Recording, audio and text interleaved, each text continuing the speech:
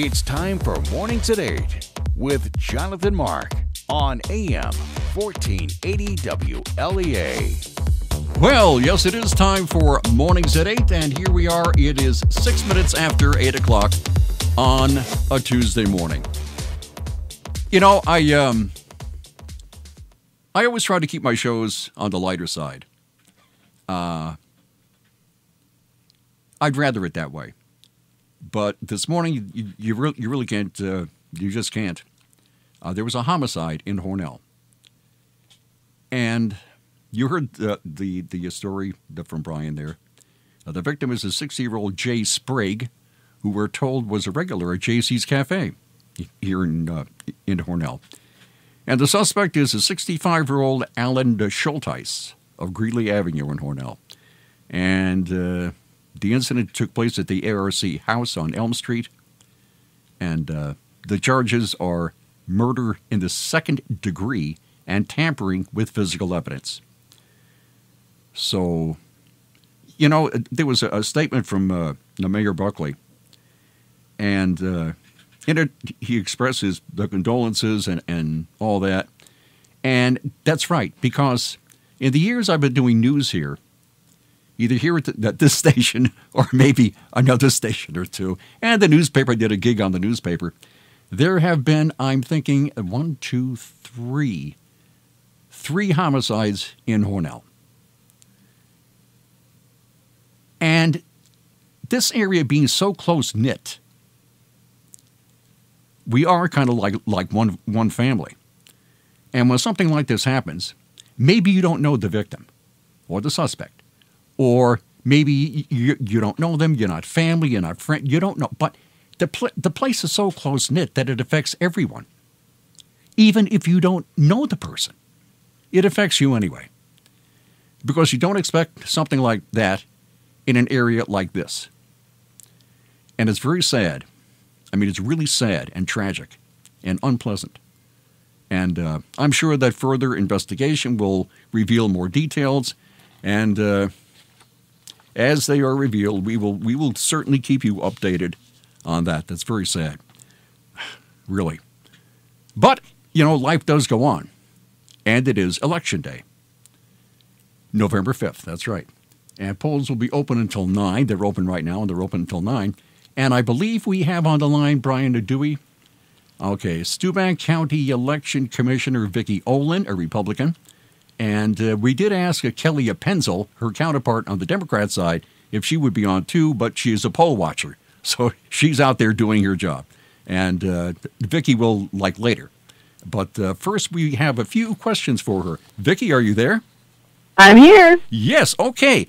And the first, you know, I wonder if people know what an election commissioner does. What are your responsibilities? We're responsible for all of the voter registration, making sure that people are registered in the correct place, making sure we have inspectors that are trained at each poll site. We have to make sure that, you know, we remove the deceased off the rolls so they're not there.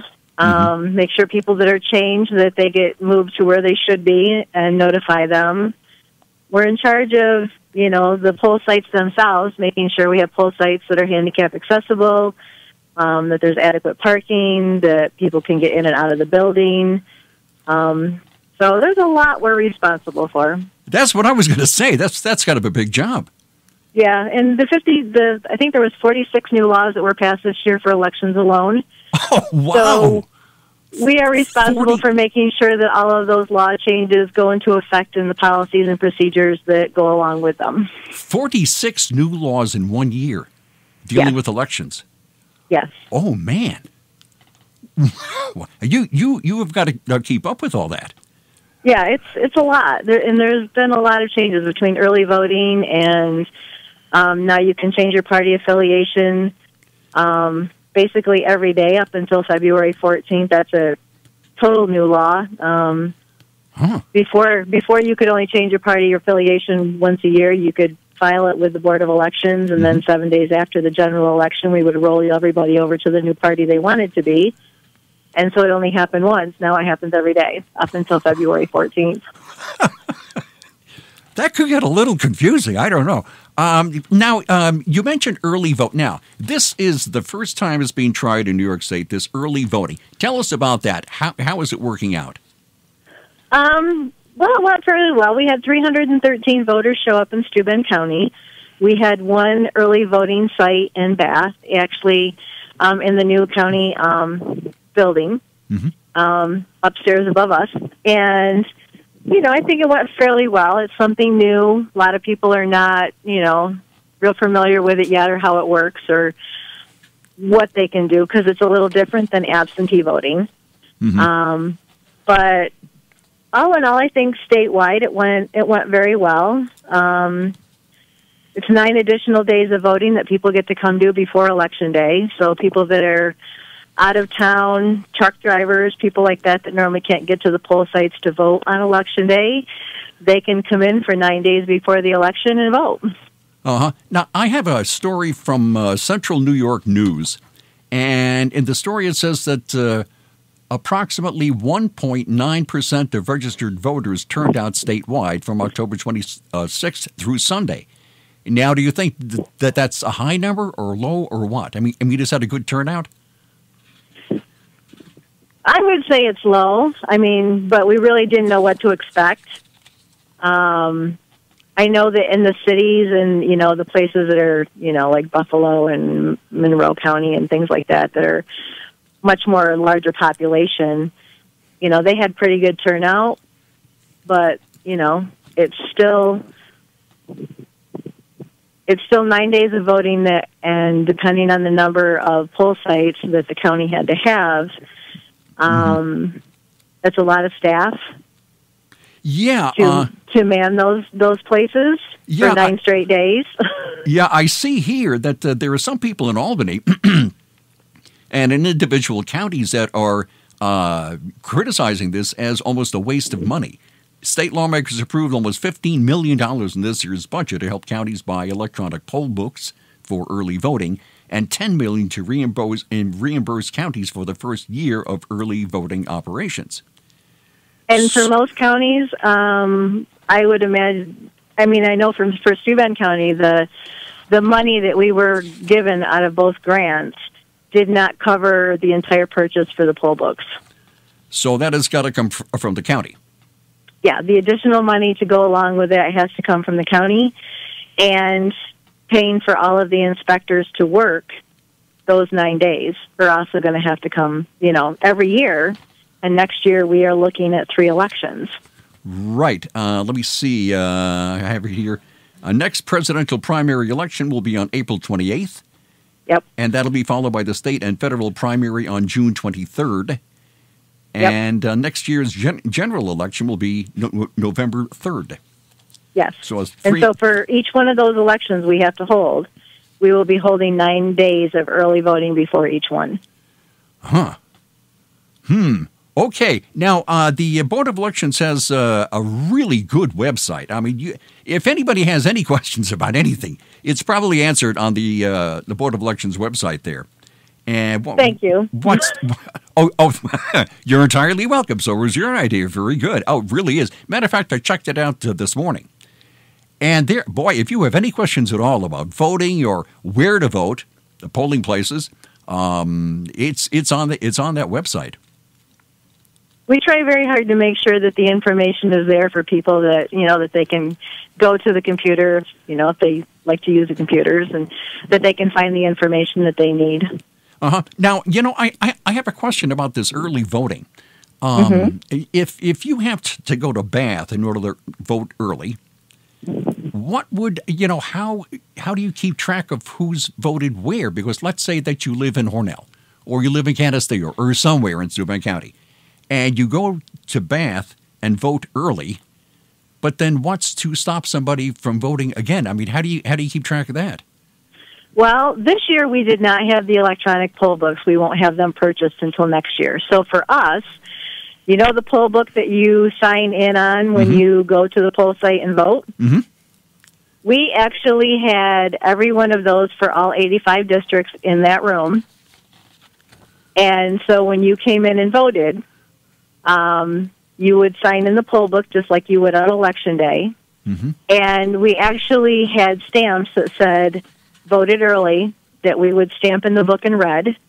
And then we bought very bright neon labels, and we put them over the barcode that we use for voter history. And it said voted early, and then the date that you voted on. And so it's very obvious in the books on Election Day to the election inspectors, if somebody comes in and they've already voted early, it's very obvious to the inspectors that they've already been into the poll site, they came in during early voting, and they already voted. So there is a safeguard. Yes. So there's none of this vote early and vote often stuff here. Yeah, no. No. And for those counties that have the electronic poll books, it's the same thing in their system. If they come back into the poll site to vote, it would bring them up and it would show that they've already voted. Okay. Now, how many polling places are there in Steuben County? We have 54 polling sites in Steuben County and 85 districts. 85 districts, 54 polling sites. That takes a lot of people power. Yes, it does. We're required to have 4 election inspectors for each district across Steuben County. Oh, man. Yeah, that's a lot. Now, is that paid? Yes, it is. It is paid. Whoa. That's a lot of money. Yeah. Yep. We do pay the inspectors. We pay them for the training. We pay them for working on Election Day. Without election inspectors, honestly, elections would not happen. We have to have inspectors in the poll sites to do this job, or people would not be able to come and vote. Right. Huh. Now, and we are always in need of inspectors. That was going to be my next question. Okay, if somebody wants to be a voting inspector, how would you go about doing that? They can call our office, and they can talk to Angie or any one of the staff there, and we would definitely get them set up for the training classes when we have them. And they can come to the training classes, and then we'll be more than glad to put them to work on election days. Oh, yeah. It's got to be a lot of work, too. I mean, the polls are open until 9. Yes. They open at 6, at least in this election. Open at 6 and close at 9. That's a long day. Yes. Wow. Okay. We were short election inspectors due to things happen with life. Like you said, Kelly Penzel is working at one polling site in Steuben County. We have another staff member working at a polling site, and due to a last-minute inspector not being able to work, I'm actually working at a poll site myself all day today. You know, years ago, I've been doing news here a long time, and back in, let's say the 80s, if you wanted to keep track of how the voting was going, boy, it was really hard. But over the years, it's gotten so easy. It has gotten a whole bunch easier thanks to your website. It makes keeping track of elections a lot easier, a lot more efficient. Oh, yeah. There was one more. Oh, now, electioneering. Electioneering is essentially like campaigning by a poll, a polling site, either a T-shirt or a bumper sticker or a button or something like that. Tell us about that. Yeah, if you have a bumper sticker on your car that says it's endorsing a candidate to vote for a candidate that's up for election, or you have a pin on that that candidate gave you, you're not allowed to wear the pin into the poll site. You're not allowed to park your car with a bumper sticker on it within 100 feet of the poll site. That's considered electioneering. Wearing a T-shirt into the poll site endorsing a candidate, that's also considered electioneering. You're not allowed to do that. And I think that's a very good law. Yeah, that is a very good law. People could be influenced, I guess. I don't know. Well, yes, Vicki, and a candidate can't stand outside of a poll site within that 100 feet and talk to voters either. Right. Here's my card. Yeah. Well, Vicki, thank you very much. You are going to have a very long day, and yes, I want to thank you. I want to thank you. I'm sure. I want to thank you for taking 15 minutes out of your day here to do this, and I think absolutely. I hope our listeners learned a little bit of something. And of course, as I said, the Board of Elections has their own website, and it's really, really well done. Very, very well done. Vicki, thank you very much.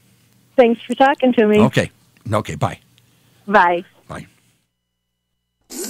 From the Fox Sports Studios in Los Angeles, here's Eddie Garcia. Week 9 in the NFL came to a close on Monday night in New Jersey, where the Cowboys beat the Giants 37-18. Dallas fell behind 9-0 early, then pulled away in the fourth quarter, outscoring New York 21-3. Quarterback Dak Prescott had 3 touchdown passes in the latest win for the Cowboys, who now are on top of the NFC East with a 5-3 record. New York falls to 2-7 with its 5th straight loss. College football reports out of Tallahassee have Bob Stoops on campus at Florida State, where he's reportedly in talks to be the Seminoles' next head coach. Stoops was the head coach at Oklahoma for 18 seasons, where he won a national title in 2000 before unexpectedly stepping down after the 2016 season. NBA games of note: the Suns hand the Sixers their first loss of the season, 114-109. Devin Booker led Phoenix with 40 points. James Harden goes for 44 points, leading the Rockets over the Grizzlies 107-100. Bucks take care of the Timberwolves 134-106. It was the Nets knocking off the Pelicans 135-125.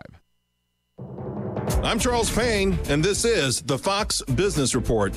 Stocks falling as investors sifted through a slew of earnings reports today, with the Dow falling 19 points, the Nasdaq down 49, S&P 500 down 3. And shares of plant-based meat company Beyond Meat were far from sizzling today on Wall Street, falling over 22%, marking the end of Beyond Meat's lockup period. For the first time since its IPO, early investors can sell the stock. Now, despite the sell-off, Beyond Meat reported a much bigger profit than expected for its third quarter. Shares of Mattel spiking after hours, around 18%, after the toy maker posted better than expected earnings for the third quarter, as newer models boosted demand for its flagship Barbie brand, and the launch of dolls based on Korean pop sensation BTS lifted international sales. Mattel also announcing it will be hiring a new chief financial officer in the wake of a whistleblower investigation relating to its accounting practices.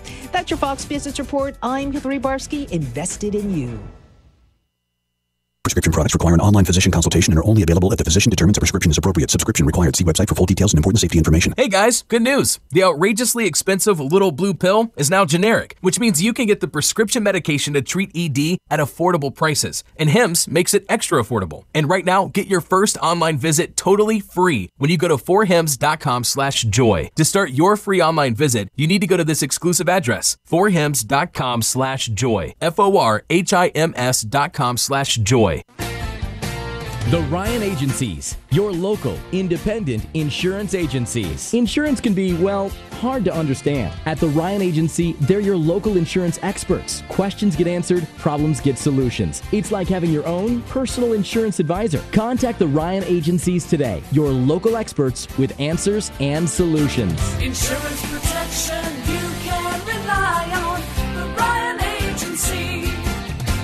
Today at Simmons Rockwell Hyundai, drive away in a new Hyundai Tucson lease for only $229 a month. A new 2019 all-wheel drive Hyundai Tucson SE model equipped with 17-inch alloy wheels, touchscreen media, and rear view monitor. Lease with no money down for $229 a month for 36 months. Only tax and DMV fees are due at signing. Shop Simmons-Rockwell.com. And we are back. Okay, let me see. To go along with Election Day, this is kind of related, I think. This from Breitbart. Survey reveals alarming civic literacy crisis among college graduates. College graduates are responsible in part for a knowledge crisis regarding basic civic literacy in the United States, according to a recent survey that revealed alarming results. For example, less than half of college graduates surveyed knew the term lengths of U.S. senators and representatives. A recent survey has uncovered alarming results which point to a crisis in civic understanding and the urgent need for a renewed focus on civics education at the post-secondary level. Now, among the results, as a result, 18% of respondents chose Representative Alexandria Ocasio-Cortez as the author of the New Deal, which, of course, was FDR. Okay? Gets a little confusing. Among college graduates, 12% chose AOC. These are college graduates. Chose AOC. Moreover, about 1/4 of respondents chose Brett Kavanaugh as the Chief Justice of the Supreme Court of the United States. while 14% chose Antonin Scalia, who passed away in 2016. Among those respondents, 15% of college graduates selected Brett Kavanaugh. These are college graduates, with less than half of the respondents correctly choosing John Roberts. The survey entitled America's Knowledge Crisis, a survey on civic literacy, also noted that about 6 in 10 did not know the term lengths of U.S. senators and representatives, with less than half of college graduates selecting the correct answer. That's really bizarre. These are college what are they? I don't know. Let me see.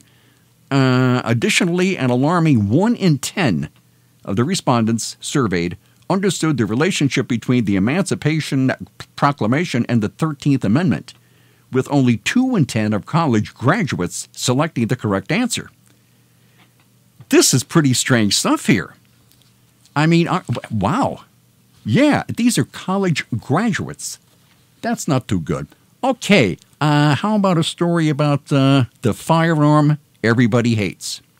You take the firearm everybody hates, the AR-15, a pregnant Florida woman, and you have got a story. Here's what happened. She's 8 months pregnant. A Florida woman who was 8 months pregnant came out wielding an AR-15, reportedly saved her husband and preteen daughter last week from a pair of violent intruders who had broken into the family's home. So here's what happened. Jeremy King, that's the husband, was home with his wife and 11-year-old daughter near Tampa, Florida, on 9 o'clock Wednesday night. 2 armed men wearing masks and hoods broke inside. And King told a local TV station, as soon as they had got the back door opened, they had a pistol on me and was grabbing my 11-year-old daughter. That doesn't sound good. And I'm telling them, he says, I have nothing for you. And they're like, give me everything you got. He says it became real violent real fast. So one of the burglars pistol whipped him. Pretty serious injuries. I think he said a fractured sinus cavity, a fractured eye socket, a concussion. He needed 20 stitches. Anyway, so they pistol whipped him. His wife heard the commotion. She walks into the room to see what the noise was, and they took a shot at her. So the woman, who's not identified, reportedly retreated and grabbed an AR-15 that was legally inside their house. She returned to the room and shot at the intruders, hitting one of them. Her husband said when he came toward the back door in her line of sight, she clipped him. He made it from my back door to roughly 200 feet away, and then he died in a ditch. So this lady saved her husband and her 11-year-old daughter by grabbing an AR-15 and going for it. You know what I mean? So one guy's dead, and the other one's still on the loose, and they can't find him. But boy howdy, had she not had that AR-15, it could have been entirely different. I'm just saying. Okay, that's it for this morning's show, and I will see you tomorrow at 8:05. Bye.